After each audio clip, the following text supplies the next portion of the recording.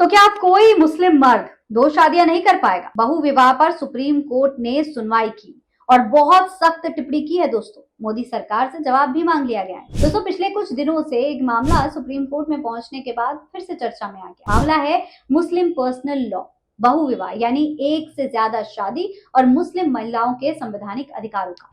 Social media पर कई तरीके की बातें हो रही हैं।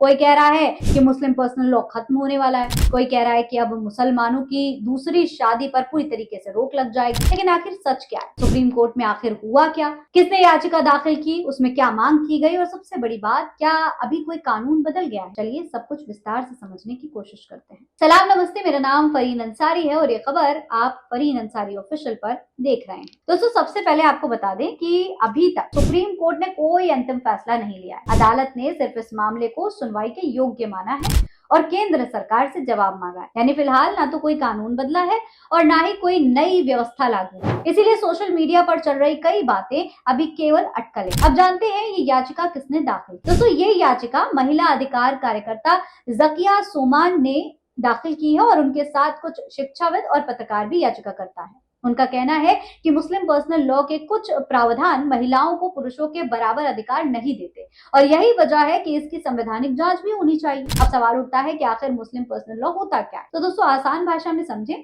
तो भारत में शादी, तलाक, विरासत और परिवार से जुड़े कुछ मामलों में अलग अलग धर्मों के लिए अलग अलग व्यक्तिगत कानून यानी पर्सनल लॉ लागू होते हैं। मुस्लिम समुदाय के लिए भी ऐसे ही कुछ नियम हैं, जिनमें आमतौर पर मुस्लिम पर्सनल लॉ कहा जाता है। ये मामला इन्हीं नियमों के कुछ प्रावधानों को लेकर है। पूरे पर्सनल लॉ को खत्म करने की मांग नहीं की गई। याचिका में सबसे बड़ा मुद्दा बहु विवाह का उठाया गया। याचिकाकर्ताओं का कहना है कि अगर एक पुरुष को एक से ज्यादा शादी करने की अनुमति मिलती है तो इसका सबसे ज्यादा असर महिलाओं की जिंदगी पर पड़ता है। उनका दावा है कि कई मामलों में पहली पत्नी को आर्थिक, सामाजिक और मानसिक परेशानियों का सामना करना पड़ता है। इसीलिए इस व्यवस्था की संवैधानिक समीक्षा होनी चाहिए। याचिका में अदालत से यह भी अपील की गई है कि भारतीय न्याय संहिता यानी BNS की धारा 82 के तहत बहु विवाह को अवैध घोषित किया जाए। इसके साथ ही एक और मांग की गई है कि जिस तरह हिंदू विवाह का कानूनी पंजीकरण जरूरी होता है, उसी तरह मुस्लिम विवाह और तलाक का भी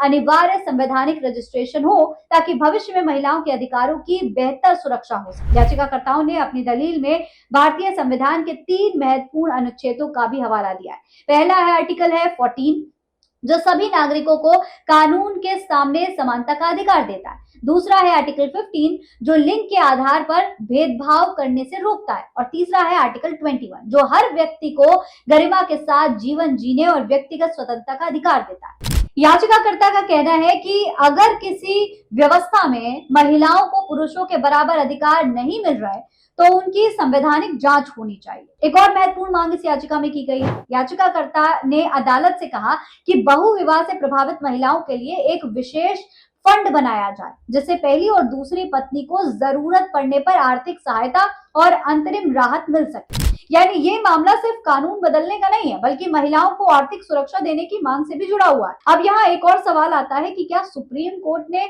इन सभी मांगों को सही माना है?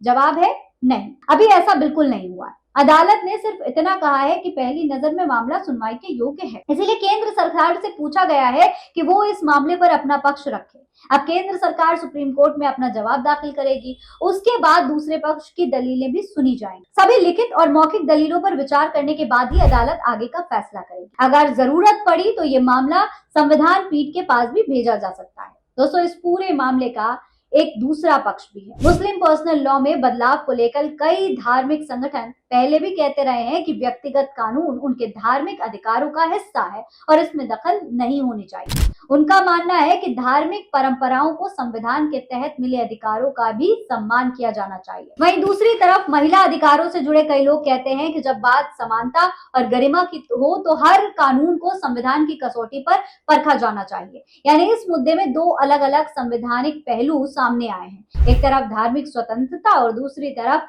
समानता और महिलाओं के अधिकार। यही वजह है कि ये मामला सिर्फ एक समुदाय का मामला नहीं रह गया है, बल्कि संवैधानिक कानून के लिहाज से भी काफी महत्वपूर्ण माना जा रहा है। क्योंकि सुप्रीम कोर्ट जो भी फैसला देगा उसमें ये तय करने की कोशिश होगी कि व्यक्तिगत कानूनों और संविधान में दिए गए मौलिक अधिकारों के बीच संतुलन कैसे बनाया जाए। फिलहाल दोस्तों सबसे जरूरी बात यही है कि अभी कोई अंतिम फैसला नहीं आया है। मामले की जब सुनवाई होगी तो आगे तमाम बड़े फैसले भी हो सकते हैं। इस पूरे मामले पर आप क्या कहेंगे कमेंट बॉक्स में लिखकर हमें जरूर बताएं। ऐसी और तमाम खबरें देखने के लिए चैनल को सब्सक्राइब करना ना भूलें। जय हिंद, जय भारत।